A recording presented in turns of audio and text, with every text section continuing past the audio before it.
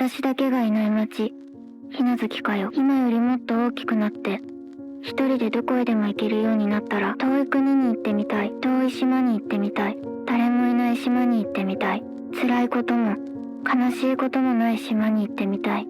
島には大人も子供もクラスメートも先生もお母さんもいない。その島で私は登りたい時に木に登り、泳ぎたい時に海で泳ぎ、眠りたい時に眠る。その島で私は私だけがいなくなった街のことを考える。子供はいつものように学校に行く。大人はいつものように会社に行く。お母さんはいつものようにご飯を食べる。私は私だけがいない街のことを考えると気持ちが軽くなる。遠くへ行きたい。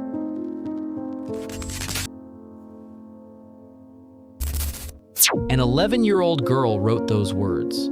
Her name was Kayo Hinazuki, a child screaming for help in the only language she had left. Erased, in Japanese, Boku dake ga Inai Machi, which translates to The Town Where Only I Am Missing, is a 2016 anime about time travel and murder. But spend 5 minutes actually watching it, and you realize the mystery isn't the point. The point is her. Kayo Hinazuki sits in the back of the classroom, alone. She doesn't talk to anyone, doesn't smile, doesn't respond much when people speak to her. Her face is a wall. Most people look at her and think, difficult kid, weird kid, cold. What's actually happening? Kayo's mother beats her, physically, repeatedly. The anime doesn't flinch from showing the bruises. And Kayo has learned something that the human mind teaches children in those situations as a survival mechanism. She's learned to not be there. When the pain comes, you leave. Not your body. You can't escape your body. But your mind goes somewhere else. You build an island. You go to that island. You stay there until it's over. Dissociation. Not a clinical term for a textbook. A very human thing that happens when the place that's supposed to be the safest place in the world, home, becomes the most dangerous one. The mind says, if I feel this, I won't survive it. So it stops feeling. It goes numb. It goes far, far away. And the cruel irony of dissociation is that when you finally come back, when you're around people who aren't hurting you, you can't just turn the feeling back on. It doesn't work like a switch. Kayo is cold with everyone, not because she doesn't want to connect. She genuinely doesn't know how anymore. The system exists, the people exist, but collectively everyone looks at this little girl with bruises on her arms and they choose, consciously or not, to not really see. Seeing means responsibility, and responsibility is uncomfortable. So Kayo Hinazuki disappears, not from the town, but inside herself. And the town keeps moving, as if nothing has changed. Exactly like her poem said it would.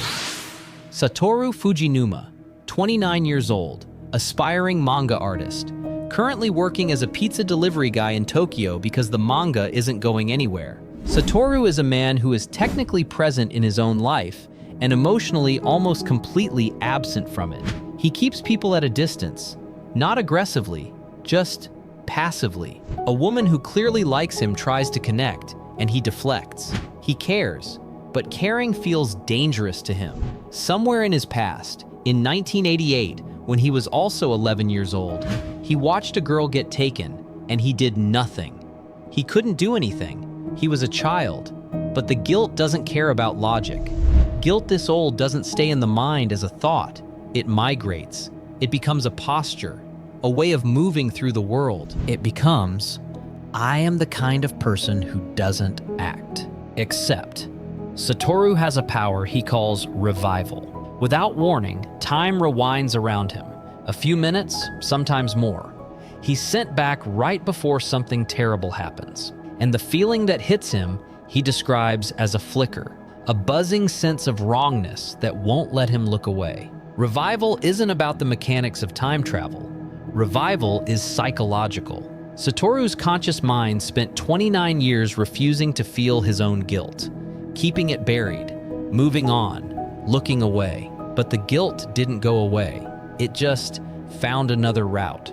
Revival is the guilt forcing action through the body when the mind refuses to allow it through the normal channels. because some deep, insistent part of him knows, you were built to do this. You just keep choosing not to. One day, upon arriving home, he finds his own mother dead. And after that, he is thrown back into the past by the revival. But not a few minutes into the past, but by years. He wakes up in his own 11-year-old body in 1988 in Hokkaido, and he understands immediately what he's here to do. Kayo Hinazuki is about to be murdered, and this time, he is going to stop it. Before we go further, a third character needs to be understood.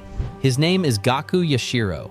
He's Satoru's 5th grade teacher, and he is the man who killed Kayo Hinazuki and several other children over several decades. Yashiro doesn't look like a monster. He's the teacher who actually notices the kids who are struggling, who advocates for them, who shows up. He's also a psychopath. He saw the desperate, the suffering, the children in impossible situations, and instead of wanting to help them, he wanted to take that thread from them. His weapon isn't brute force, it's social blindness. Yashiro doesn't hunt the visible, he hunts the neglected. He picks children that adults have already quietly given up on, children whose bruises go unreported, whose absences go uninvestigated. Yashiro is not the real villain of Erased. The real villain is a world full of adults who look at a little girl with hematomas on her arms and decide to keep walking. And in 1988, without Satoru, she died. And if you have someone in your life who loves Erased or who needs to watch it, send this to them. And if you want to help the channel, subscribe, leave a like, and leave a hype on the video. That helps a lot.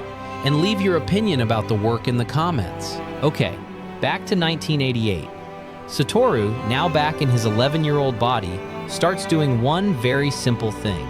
He pays attention to Kayo, not in a dramatic, hero swooping in kind of way. He just shows up. He waits for her at the frozen park in the early morning when she has nowhere to go, sits with her, doesn't push. Kayo doesn't know what to do with this. Kayo has spent years in a state of total emotional contraction. The survival mode she's in is fundamentally incompatible with trust. Trust requires lowering your guard. And lowering your guard when you've been hurt at home feels like choosing to be hurt, so the brain doesn't allow it.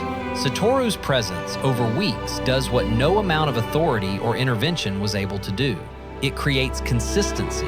He is safe on Monday, he is safe on Thursday, he is still safe on Saturday, and slowly, very slowly, the nervous system starts to update its model of the world. Maybe not everyone hurts you. Maybe this one is different. He brings Kayo to his mother. Her name is Sachiko Fujinuma. She takes a bath. She wears pajamas that Sachiko found for her. Sachiko wakes up early and cooks breakfast. Eggs, bacon, side dishes. Nothing fancy, just food made by someone who wanted to make it.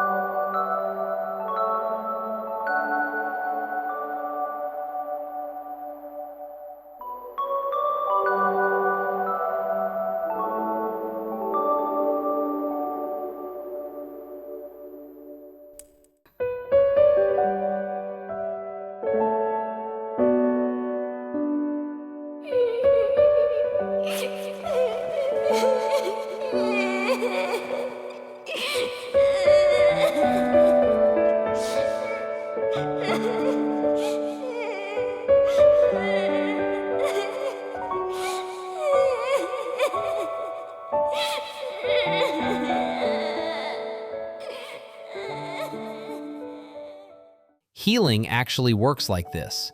It doesn't arrive as a thunderclap. It arrives as one small, safe thing, and then another, until the wall you built to survive the worst thing, slowly, quietly, has no more reason to exist. And a layer that makes this hit even harder. Satoru, watching Kayo cry from across the table, doesn't move. He stays perfectly still. Revival kept forcing him back for this. Not to solve a murder, not to be a hero, to learn what he never learned at 29. That the most important thing you can do for another person is simply refuse to look away. He spent 30 years not looking at his own pain, not looking at the guilt, not looking at what the girl in the back of the classroom needed. And every time he sat with Kayo, in the cold park, at the table, he was also, slowly, sitting with himself. Healing her was healing the part of him that had been frozen since 1988. The technical term for this in psychology is reparenting. When you never received the safety or care you needed as a child, you can sometimes find a path toward healing by creating that safety, either for yourself or for someone else. Satoru couldn't undo his own childhood, but he could show up for Kayo. And in doing so, without fully realizing it, he reached backward and gave something to the 11-year-old he used to be too. Two people who learned to disappear in different ways. One found the other, and the warmth that thawed Kayo's wall, it thawed his too. What happens when one human being decides, quietly and stubbornly, that another person's pain matters? Even when the whole world has already decided to keep walking. The Town Without Me is not a sad poem. It's a test. Is there anyone paying attention? And the answer, in the end, the only answer that matters, is yes.